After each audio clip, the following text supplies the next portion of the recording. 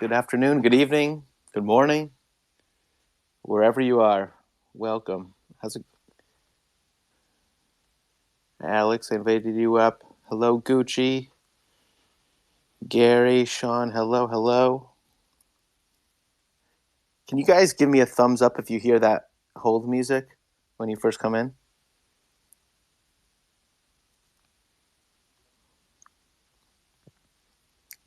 No thumbs, no thumbs. Interesting. Oh, there. Thank you, Gucci. There we are. All right, I'm a little delayed. Awesome. That's a nice new feature. Um, I just want to make sure you guys heard it on your end. Amazing. How you doing, Alex? Hello? Hey, I'm good. Um, Sorry, I'm just trying to get something set up on the recording side of it. So just give me a second. But I'm doing well. How are you? Fantastic. Fantastic. I am back channeling with our guest who says she's in, but she's not. So That's okay. I working guess it we could out. talk. Yeah, this is We'll just talk amongst ourselves before I actually get started. the opening act. Great to see you guys here. Um, unlike unlike some other chats, this is a room that anyone could stumble into. So I have some hashtags in there, but also appreciated a retweet. We're gonna hopefully have an amazing conversation here that will hopefully bring you and anyone who stumbles through a lot of value. So feel free to retweet. Always appreciate it. You guys are the best. Hey, Rob, can you give us a quick intro on who our guest is for today? Yeah. So, and Gary, I don't know if your meeting working. Feel free to invite yourself up if you want to chat. But so our guest is Brandi Kolosky, who is the founder of Sacral Capital, an investing firm. She's invests in a lot of tech companies. She's all over the map. Fintech, real estate, green technology. She's all over the place, and she's wants to build a $2 billion fund investing in companies that are going to change the world. And I know she's got a big passion for technology and for women-led projects. And we do have a woman on the core team. So she is a Gauss supporter. So really excited to hear her story. I had the privilege of meeting her for a quick lunch when John and I went to Miami, and she's just super talented. You know, when you meet some people, you just can tell they have a lot of energy and just a lot of drive and just a lot of goodwill. So I was fortunately to have her. I'm gonna see if I'm texting her here. See if I can get her to the right place. So, Rob, you were saying that you met her at, I believe, NFT Week in Miami. Correct, correct. Um, I think she had a connection with Gary and a previous circle. I'm not exactly. I can't actually remember. That's cool. Brandy, are Was you? she able to speak on stage, or was she more of a visitor at the I event? I think she was just a visitor, taking meetings with people in her network. Click on the link. But it's still showing. I'm just a listener. Interesting. Um, this is so strange. She says she's just a listener. Am I not seeing? I see Alex, Gucci, Gary, and Sean in the crowd. That's all I'm seeing on my end This is too. a first for me. She could be in a different chat by because I've seen this before where they might have been in a different space. So maybe you could try inviting her up somehow by sending her the link. I think that's the way that I would do it at the moment.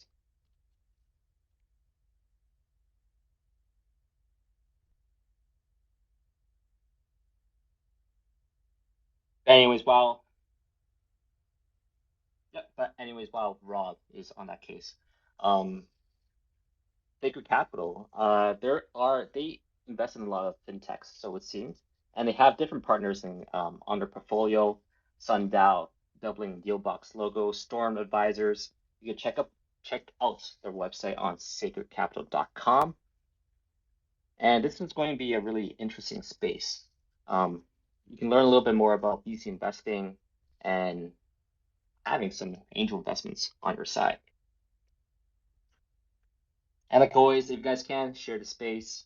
And again, this is being recorded as well.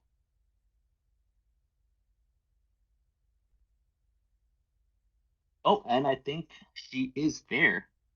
Um, so Brandi, you might be able to come up and speak if you raise your hand. Yeah, I was.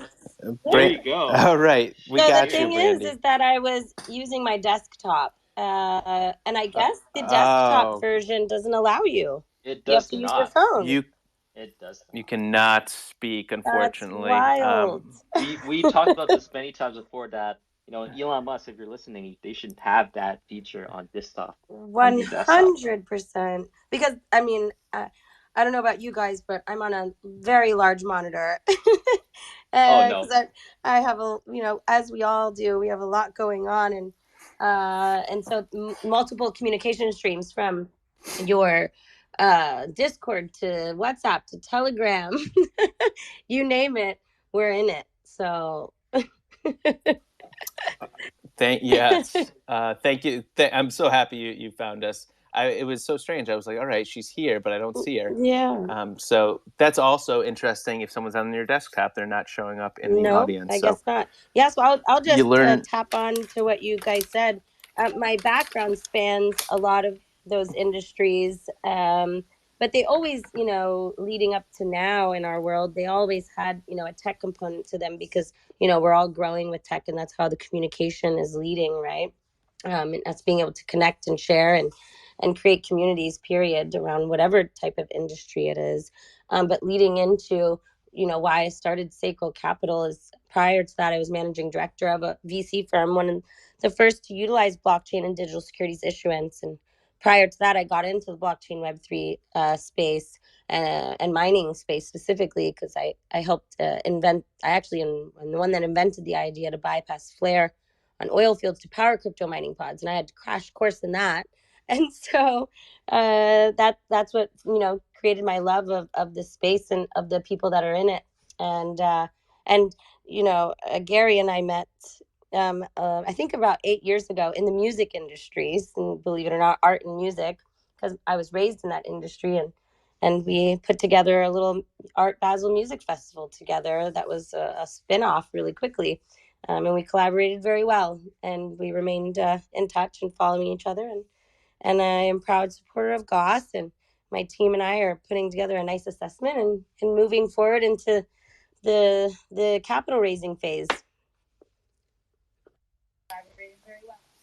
Amazing, amazing. So you were not one of these that had to be convinced about these new technologies and the blockchain. You were in from day one. Yes, definitely. I saw the guts all the way from the miners. And if you don't mind, can we just dig in, because that's not usually the case. Usually, it's someone that had to be coerced, or needed a little convincing, or proof of concept, or social proof. I mean, what did you, in the macro speaking, like what did you see as far as business potential Well, or life potential? when my clients came to me and they said they were, this was like 4 or 5 years ago, when they said they were building energy efficient mining pods, I was like, okay. And I was like, break it down for me. And they're like, they're basically supercomputers, right? That take a lot of power to solve an algorithm. And we're mining this particular coin. And so I was like, wow, this is so fascinating. I find that industries that have a really strong community, but that are very tight.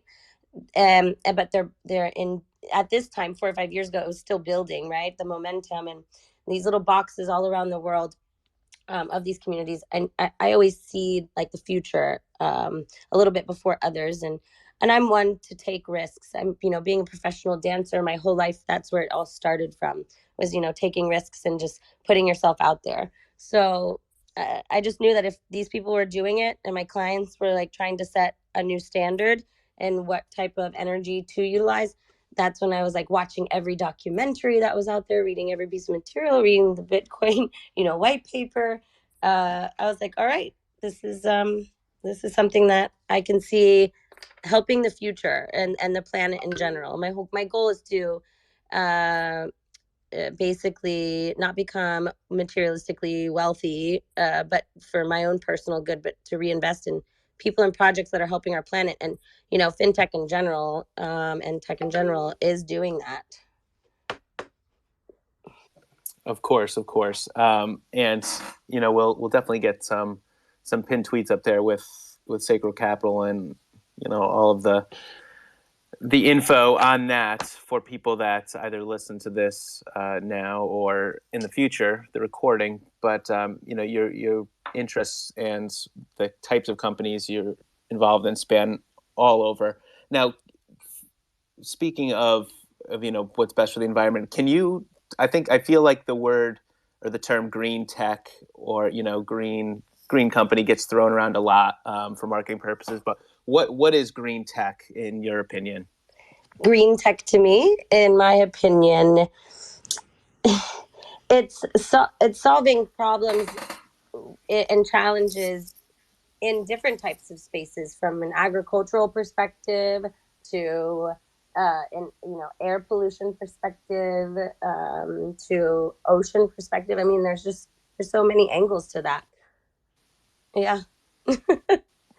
Do you have any one particular company or project that you're working with now that's in that space? Primal Group specifically, they first started off building organic coconut farms in Brazil, but then realized that it was very hard to keep that organic. This was about 8 years ago, and they did other than Monsanto. What were they going to use to mitigate, mold and pests, etc. And then the farmers were like neem seed oil, and so basically he went to India and found that neem seed oil is a natural pesticide, herbicide, fungicide. And so then after that, to manufacture it and extract it at the rate in which people are needing to use it, I see that as like part of that green tech, because you're switching the ability from utilizing something that's just so huge, such as Monsanto, and then manufacturing from a small seed from a very large tree and then growing it for the next 80 years. Is pretty unique. And then also Sundow is another client of mine, but they're in the very beginning stages of theirs. So it's Sustainability United for Nurturing Nature. They're like a full circular model from solar to crypto mining to agriculture, all the way in a full circle. Amazing. I mean, I ask because obviously they're important and so many important missions out there and things that really need to change as far as looking at the status quo. But selfishly, like that's kind of a sweet spot for me. How do we take care of our planet here? So that's amazing. So you have the marketing background. You have, I think you told a very, very short story. You've done so much, but you have so many past endeavors. How, just to really tie up like your personal origin story, getting and building Sacral Capital, what was like the moment, or where did you make the decision, like, I want to invest in companies, like I want to do this, like this is what I want to do? At the end, it was a long time ago, when I was first starting off of owning my own PR marketing and branding agency. I want to say like 13 years ago now, maybe a little more. In the beginning, when you're starting your own company, you kind of have to take on whatever you can as a client to build up your reputation and so forth. And so I was taking on any types of clients, and I just knew that in my gut I couldn't, eventually I would be able to choose, the types of companies that are actually making a difference. And so that's when at the 5-year mark, I landed Formula One electric racing and helping them launch globally. Now we know that, electric cars aren't maybe the 100% cleanest, but time will also tell on that, and hopefully we don't do even more damage there. But I just always knew that I wanted to work with companies that were making a bigger difference than just your basics. Not that other people's companies and passions and ideas aren't as great. It's just a fire in my belly I've had for for a long time. I don't remember when it started, to be honest. It was just always there. Do you mind telling, because I think it's such a cool story, do you mind telling the really short version of how you landed to Formula One? That was through referral. At that time I was like in my 5th year of my company, and I was raised in racing and music. So my father was a musician and also owned a collision center, but then would sponsor like race car drivers and whatnot in different levels. And we would go to races when we were younger. And so just sports in general, just racing, I really enjoyed it. I love like fast cars. I don't know. I like going fast. And so I was like, oh, I would love to like work. I'm a big manifester. So I just said I wanted to work in the space somehow. And I manifested an introduction to them somehow. It was through referral. It just came out of nowhere.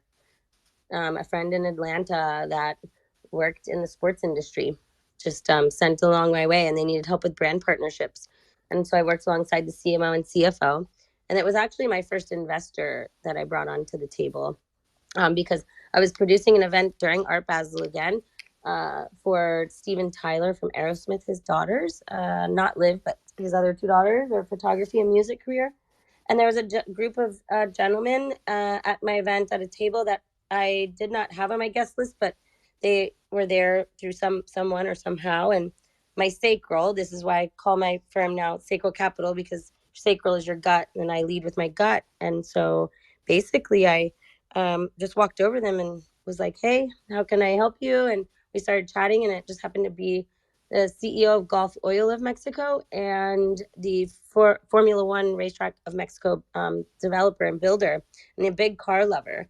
And I told him about Formula E, and he was like, what? I want to know more. And he ended up investing $50 million into Formula E a few weeks later.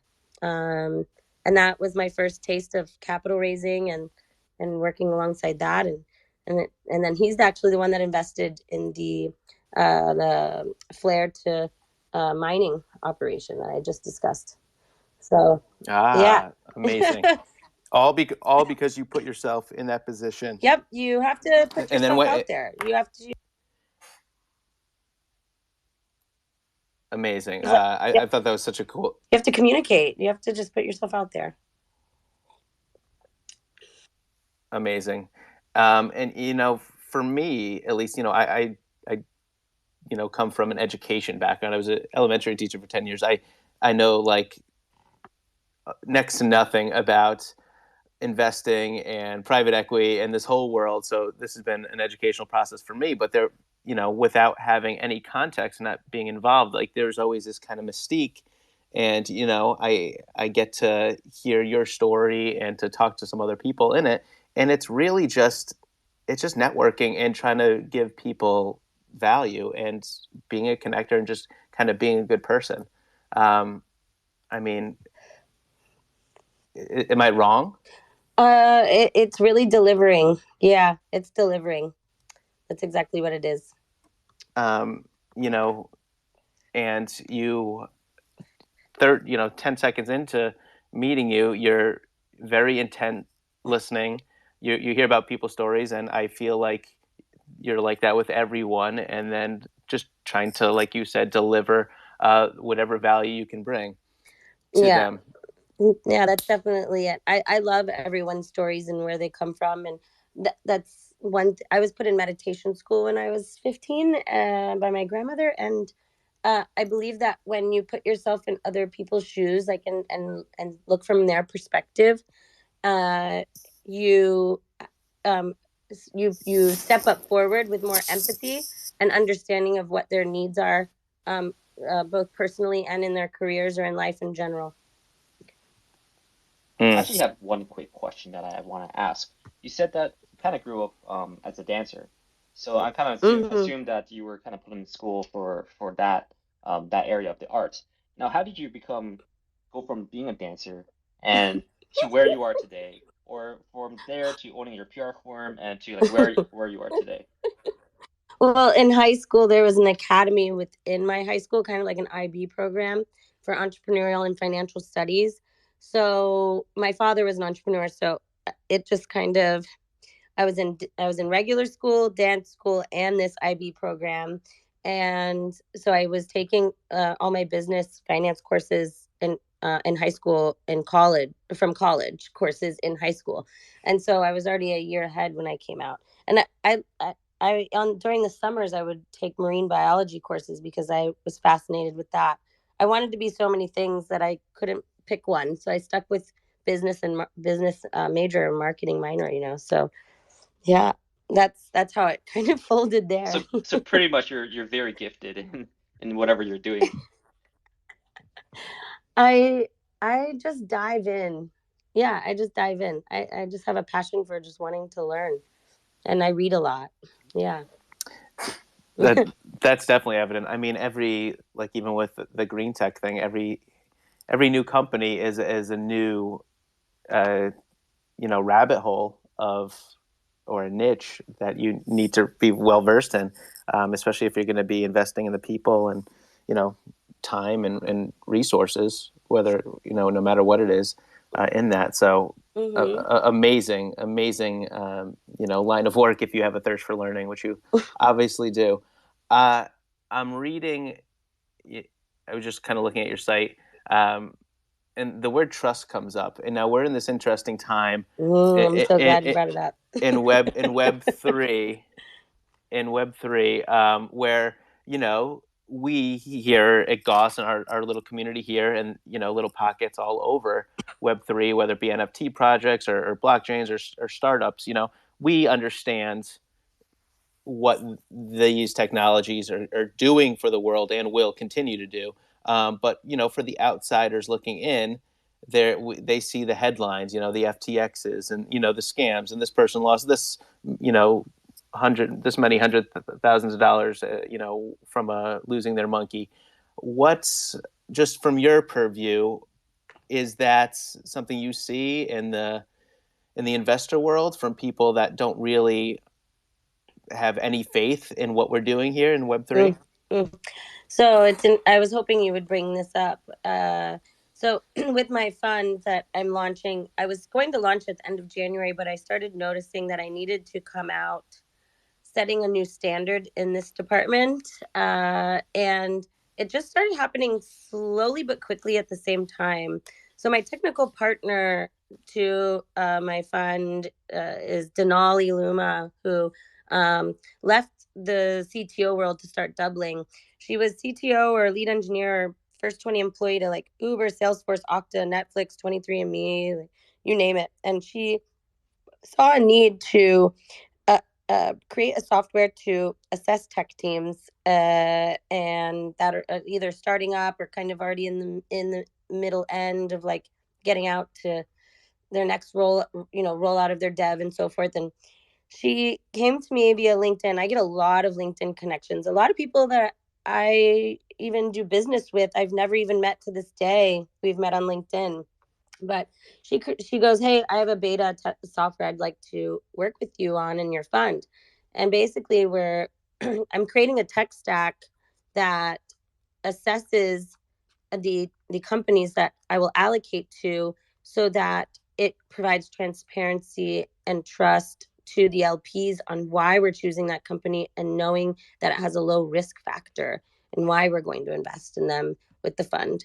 And also, we do light venture assessments on our current companies, which Gauss is going through one right now, and our clients. So companies is going to be under the fund, clients are under Sacral Capital.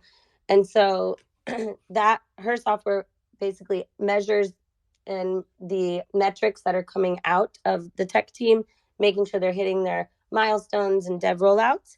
And it will ping us when a team is dropping below certain metrics or not meeting certain things, and it'll ping all of us, and it'll allow us to go to them and go, hey, what do you need help with? Just like constant advising throughout the fund's growth. And that connects with, we already got approval to connect that with NAV Consulting, which is our financial admin backend. Connect an API to them. So it'll allow LPs to be able to visually see why the fund is performing well. And it's because these tech teams are performing well, the ones that we've allocated their money to.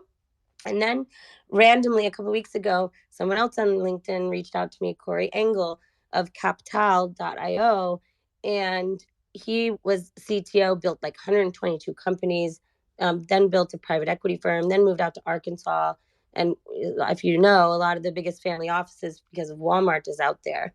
And one of them is using his AI software that runs through data rooms and spits out a report on the efficacy of the company.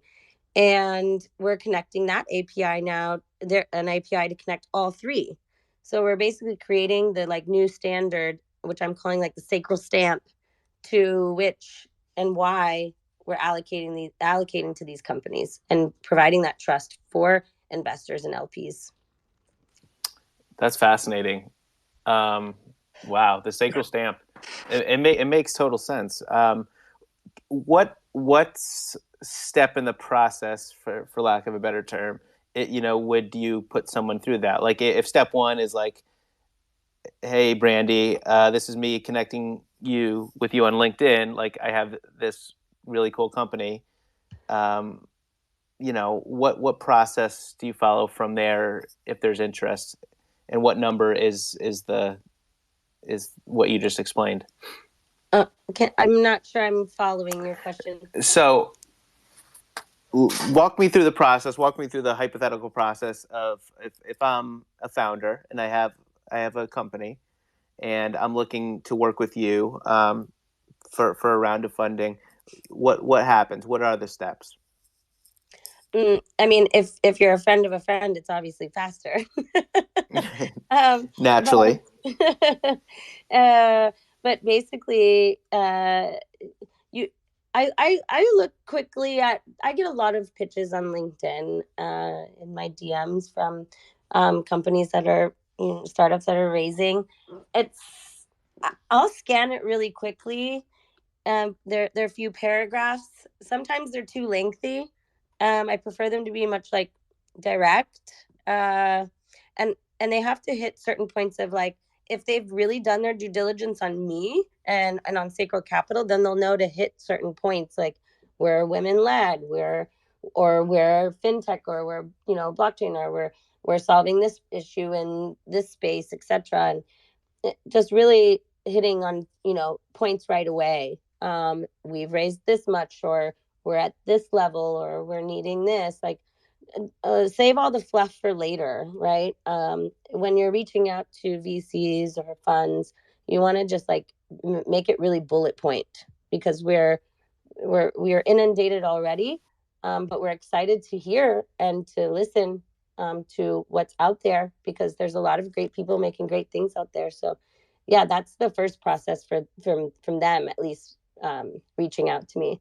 I would say the next one is, you get on the team with us, and I have people do like a quick 3-minute pitch, like as if I was going to invest in them right away.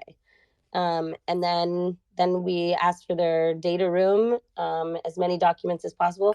Gauss knows the 30 something items, because we're trying to set the standard. We want to make sure that our investors know that we're not just going to the investors with just like, a random company. Hey, look at this one to invest in. We've done the due diligence for them, right? We've already taken the steps to do that and have all the questions answered for them, to make it a more seamless process to when we are ready to have clients such as Gauss pitch to these investors. They already know. Gauss is already prepared. We're prepared. And you don't lose the attention of the investor. Amazing. And I'm sure the people that aren't serious, you would lose some, I imagine, throughout the process anyway. What in the just for fun, in the pitch round, when you get to that 3-minute pitch, is there one common, for all of the, future founders listening, is there one kind of common mistake or common misstep that people make during that process that you've noticed? Can you repeat that? Is there, when someone's pitching, you noted some common missteps in the initial reach out, too much fluff, too long-winded, stick to the bullet points. When you get to that second, third round, whenever you have the person's attention, you have the VC's attention, give me your 3-minute pitch. Is there a common mistake that you've seen? I'm sure you've heard many, many pitches. Is there a common theme of a misstep or an error that people make? Yeah, definitely. So I only ask for 3 minutes for me, just to see how quickly they can do it, or they are prepared to. But when I host these pitch webinar series that I do, it's really 7 minutes, 6 to 7 minutes, and there's 2 different types of investors out there. You have your financial minded investor, with is all about the numbers, and then they care about the team and the journey and the hero story. Or you have your team journey hero minded person first, then they want to hear about the numbers. And I, as when clients come on to Sacral Capital side, we act as their growth advisor, internal and external, and we go through, once their data room is assessed by us, then we get to their pitch deck. And most likely, I would say, if there was 10, I think we have like 13 or 14 or maybe even 16 clients now. I would say probably about a little more than half of them, their decks need to be either restructured and minimized in how much content is in it, like copy wise. And then also the pages restructured. There needs to be 2 decks structured with the same pages, but just switched to the investor's focus that I just shared with you. So I would say that they're just I don't think that startups do enough research as to who they're investing and how they should lead their pitch. I was lightly mentored via the book Pitch Anything by Oren Clough, and the way in which you structure your presentations and your pitch is very important, and to who it's going to. I can imagine, and with your marketing background, your PR background, it's a really great service that you have.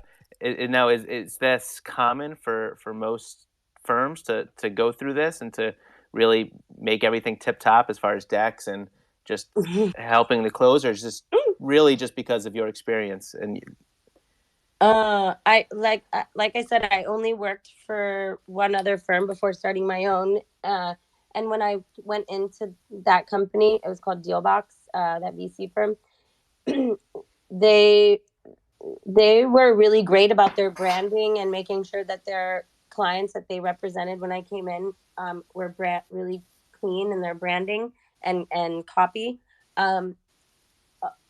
Although I definitely went in and did a lot of restructuring internally to prepare that, and I noticed that the due diligence was great on their end.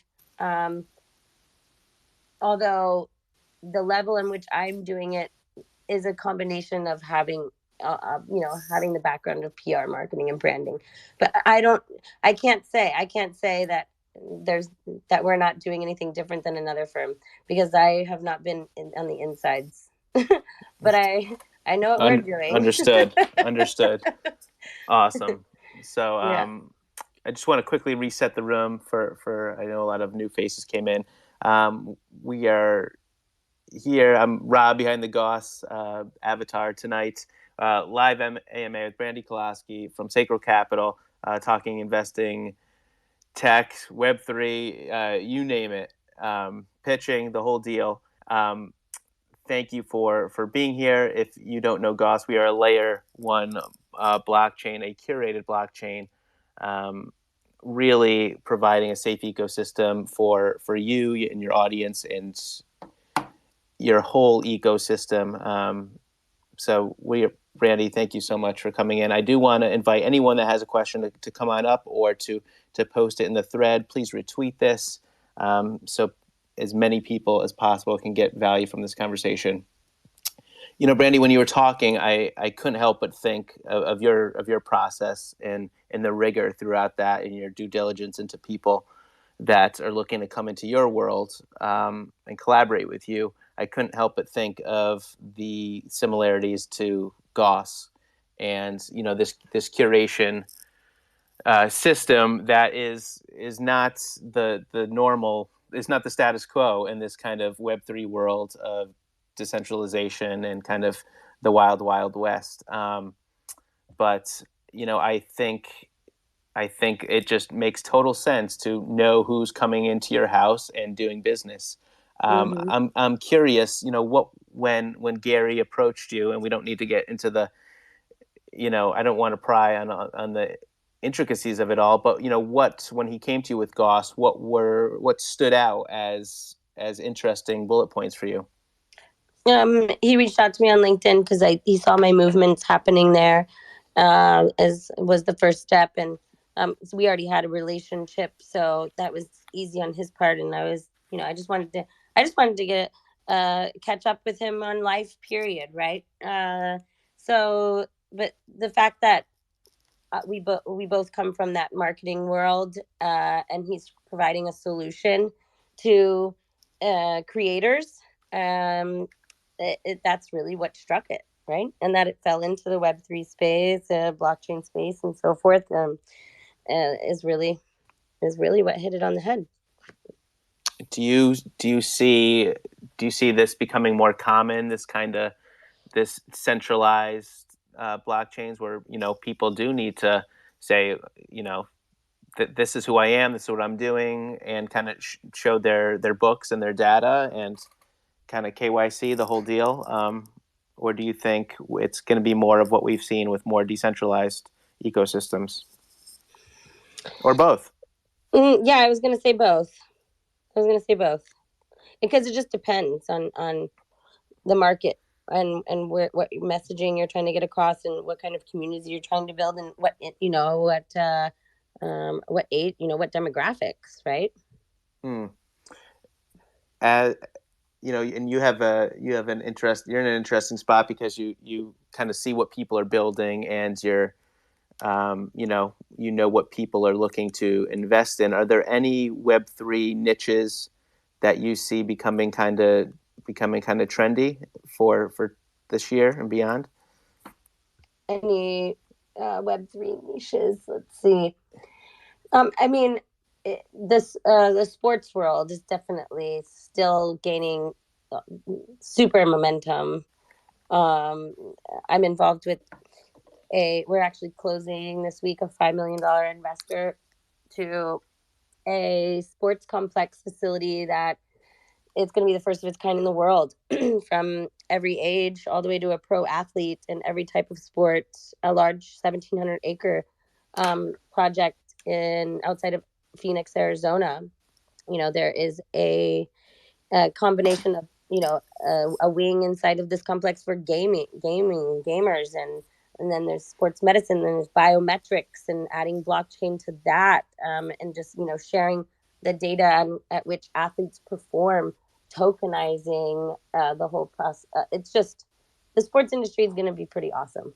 There was a sad play in the NFT space on that stuff, especially when all the FTX stuff went down, because one of the gentlemen that's on this team, it's called Uprise Global, you'll be hearing about it soon. He was an advisor to one of the largest digital databases of the ownership of Tom Brady's signature, all the way through. And there's a little bit of a sad play there, but they'll come out of it soon.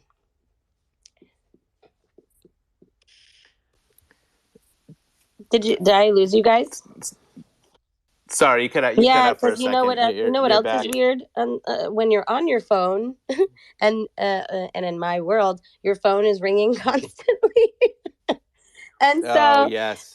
when someone calls you while you're in a Twitter space, I guess it pauses you in the Twitter space. Oh, good. I heard Tom Brady, and they'll come out of it. The So I the mean, NFT space, and the digital, owning the digital assets, and creating the NFTs out of that. One of the team members on this project I'm working on called Uprise Global, the sports facility. He was an advisor to this huge uh, database of digital um, sports memorabilia in a sense. And so mm-hmm. they had a really big hit this past few months from everything that just happened. Yeah. Gotcha. Yeah. I mean, it was definitely a black eye on the whole space, but I think one of the things I'm looking forward, when especially during a quieter, and I know things are ramping up now a little bit, but during this quieter bear market, is to see the communities and to see the projects that are really being built the right way, long and strong, Mm-hmm. and the ones that will ultimately be the great stories as we look back in the next 4, 6, Mm-hmm. 7, 10 years or whatever. Yeah, I think there's going to be a lot of documentaries coming out as well because I'm executive producer on a documentary. We just brought on a Netflix producer who's like part of global conversion for Netflix, and it's called Crypto Miami. But we're doing them all over the world, so like Crypto UK, Crypto Dubai, um, and and then tonight, the reason why I will have to jump off very quickly here soon, sadly, is I'm headed to another documentary, and it's called NFT, like Entourage, but with NFT in the beginning of it. And they're doing a small a screening of it, and everyone's going to be seeing a lot of that come out too.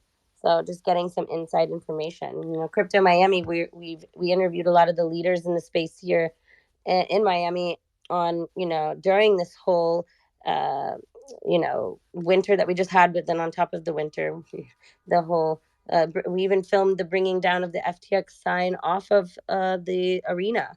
Um, so ah yeah, so pretty. that sounds like a really fun project. So you're doing it globally. You're kind of We're putting creating the a Web microscope. three, like not a Web three company, but a media agency focused on Web three projects, documenting so forth. So yeah, yep.